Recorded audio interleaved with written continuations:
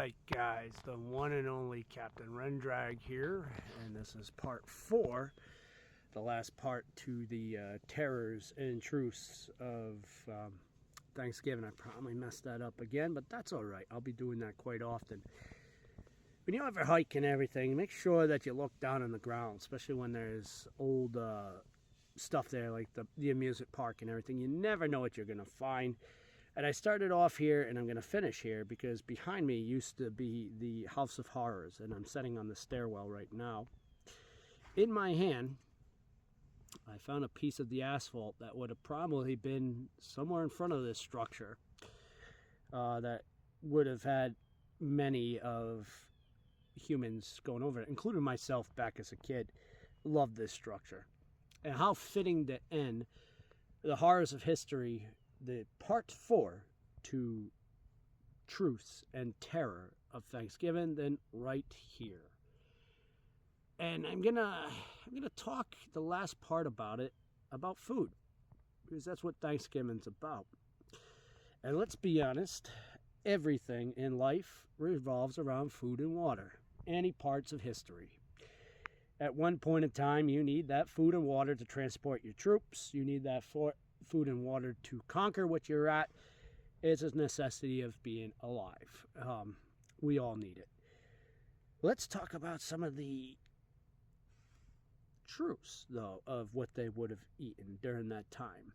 Now, yes, there was a group of natives that did take it upon themselves to nurture and make sure that what was left of the peaceful pilgrims would not pass away. Kind of give them a helping hand and give them a peace treaty, and so to speak. But the food did not consist of turkey, stuffing, and mashed potatoes. No, that is something that would be later on and become Americana. No, it persisted of stuff that would have been around this area. Like, I'm here at Rocky Point.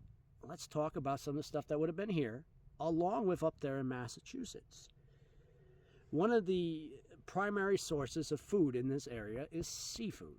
So there would have been an abundance of seafood at that table. They would have had some of the stuff to show them. As far as fruits and vegetables in this area, yeah, whatever was native, like onions, probably would have been here, corn. When it comes to fruits, cranberries, blueberries are all native in this area. They would have had those there. And of course, one of my favorite things, venison. Oh man, yeah, they would have definitely had venison over here. The natives knew how to cook that right. Although if you mess around with venison ribs, man, those can get chewy real quick. But venison would have been abundance inside of here. Definitely not so much the turkeys. That would not have been a thing. And if you've ever eaten wild turkey, it's not the best. It's definitely not the best. It's those good old-fashioned hormone pump turkeys that we get from the store. Taste nothing like a wild turkey. And that comes from a guy that used to hunt. Next year I might go back to that to help feed myself. We'll see what's going on. Now, what is one of your favorite Thanksgiving dishes out there? Let's get some positivity going with this negativity. One of my favorite things, of course, is the turkey. And I am a drumstick guy. I've always been a leg man. And I like it, believe it or not smoking like smoking your wacky tobacco, which I'm sure some of you are doing that while you're watching this right now. But I like my turkey smoked. I get a nice smoker, and one of my favorite things to do when I was married was to sit out there with the smoker, get it stoked at like 4 in the morning, get it nice and hot, get those chips in there, put that turkey in there after it was primed. I just sat out there enjoying the Mother Nature, the cold air, breathing it in, the smells of the turkey cooking with the wood chips and everything, and really just enjoying and being thankful for what I was at the moment. And, no one ever really sat out there with me. It was always myself. My father-in-law could care less. My father could care less. The ex was inside all the time, so no one really would partake into hanging out with me like that. I should have known that was a problem back then. It was a sign. And I am thankful for what I have now, because I have lost a lot. I have lost that house. I have lost belongings that I can't get back. And I'm not talking about toys. I'm talking about stuff that when my mom passed I had. and I can't get that back. And of course, I lost my mom, and I don't have her on Thanksgiving Day. And she's one of the best Thanksgiving cooks ever growing up. My grandma Lizzie, a close second. Sorry, Grandma. And my sister, a close third. So it's I remember Thanksgiving, those smells, and you did not get in that kitchen and get into Mother's way.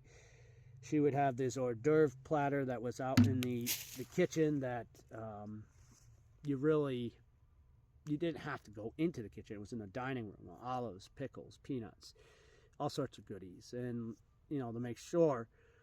And we tried not to fill up on that, but we would. And then Thanksgiving dinner would come around, and I loved it.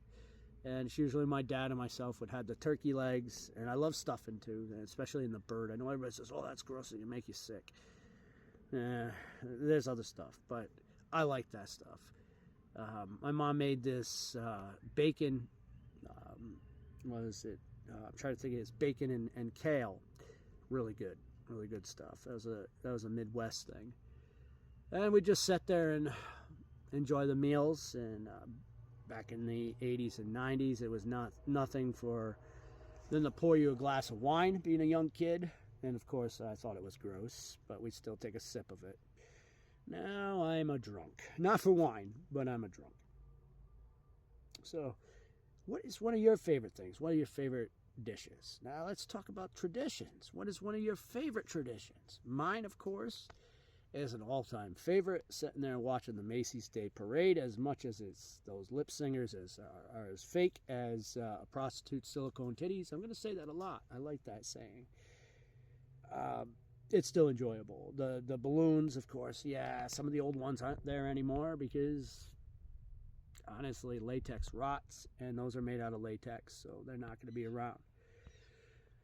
And then the ever so popular, once Santa Claus goes past that stage, well, now I think it's time, and it's okay to play that Christmas music and celebrate Christmas.